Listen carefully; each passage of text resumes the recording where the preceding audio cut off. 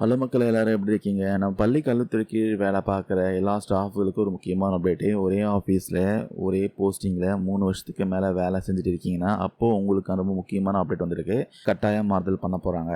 இதே விஷயமா பள்ளி கல்வித்துறை என்ன அப்டேட் கொடுத்துருக்காங்க எல்லாமே டீட்டெயிலாக இந்த வீடியோவில் பார்க்கலாம். நம்ம பள்ளி கல்வித்துறை ஆஃபீஸ்லேருந்து பார்த்தீங்கன்னா நேற்று ஒரு முக்கியமான ஒரு ஆணை வெளிவந்திருக்கு. இதில் யாருக்கெல்லாம் ட்ரான்ஸ்ஃபரு சிஇஓ ஆஃபீஸ்லேருந்து என்ன ரிப்போர்ட் கேட்டிருக்காங்க.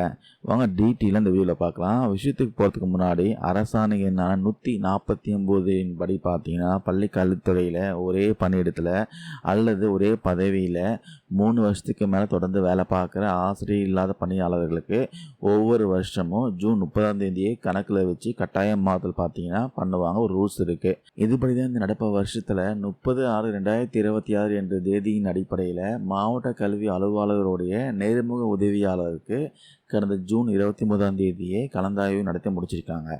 இப்போ அடுத்த கட்டமாக யாருக்கு டிரான்ஸ்ஃபர் நடக்க போதுன்னு பார்த்தீங்கன்னா 3 வருஷத்துக்கு மேலே பணி முடித்த கண்காணிப்பாளர்களுக்கு, சூப்பரிண்டென்ட்டுக்கு, அப்புறம் பதவி உயர்த்தப்பட்ட கண்காணிப்பாளர்கள், டெஸ்க் சூப்பரிண்டென்ட்டுக்கு, இவங்களுக்குலாம் பார்த்தீங்கன்னா அடுத்ததாக கட்டாயமாக மாறுதல் நடத்த போகிறாங்க.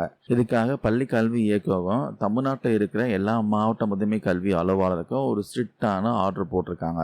அதாவது 30/6/2026 நிலவரப்படி உங்கள் மாவட்டத்தில் ஒரே ஆஃபீஸில் ஒரே பதவியில் 3 வருஷத்துக்கு மேலே வேலை பார்க்குற கண்காணிப்பாளருடைய எல்லா இன்ஃபர்மேஷனும் ஒவ்வொரு மாவட்டத்துக்கும் ஒரு எக்ஸல் ஃபைலாக நீங்கள் தயார் பண்ணி அனுப்ப சொல்லியிருக்காங்க. 1 டிஸ்ட்ரிக்ட் 1 எக்ஸல் ஃபைலை அனுப்ப சொல்லியிருக்காங்க. இதில் சென்னை மாவட்டத்தில் ஒரு ஸ்பெஷல் கண்டிஷன் இருக்குது. முன்னுரிமை பட்டியல் தயார் செய்ய வசதியாக சென்னை மாவட்ட முதன்மை கல்வி அலுவலர் மற்றும் பிற இயக்கங்களில் வேலை பார்க்குறவங்களுடைய விவரங்கள்லாம் பள்ளி கல்வி இயக்கத்திலே ஒப்படைக்கணும்னு சொல்லியிருக்காங்க. மற்ற மாவட்டங்கள் எல்லாரும் அந்த எக்ஸல் ரிப்போர்ட்டை ஒரு மின்னஞ்சல் முகவரி கொடுத்துருக்காங்க. a3sc.tndsc@gmail.com இந்த மெயில் அட்ரஸ்க்கு 10/7/2026 இது கண்டிப்பாக அனுப்பி ஆகணும்னு சொல்லியிருக்காங்க. முக்கியமாக எந்த ஒரு நினைவூட்டத்திற்கும் இடமளிக்காமல் உடனடியாக அனுப்ப சொல்லி உத்தரவு போட்டிருக்காங்க. எந்த ஒரு ரிமைண்டரும் கொடுக்காம சீக்கிரமாக அனுப்ப சொல்லியிருக்காங்க.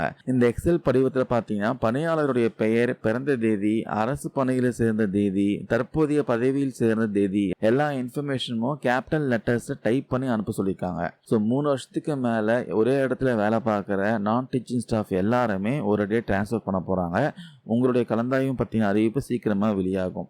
இந்த வீடியோ நான் ஷேர் பண்ண தகவல் யூஸ்ஃபுல்லாக இருக்கும்னு நினைக்கிறேன். இது விஷயமா உங்களுக்கு கருத்துக்கள் ஏதாவது இருந்தால் மறக்காம கீழே கமெண்ட்ஸில் பதிவு பண்ணுங்கள்.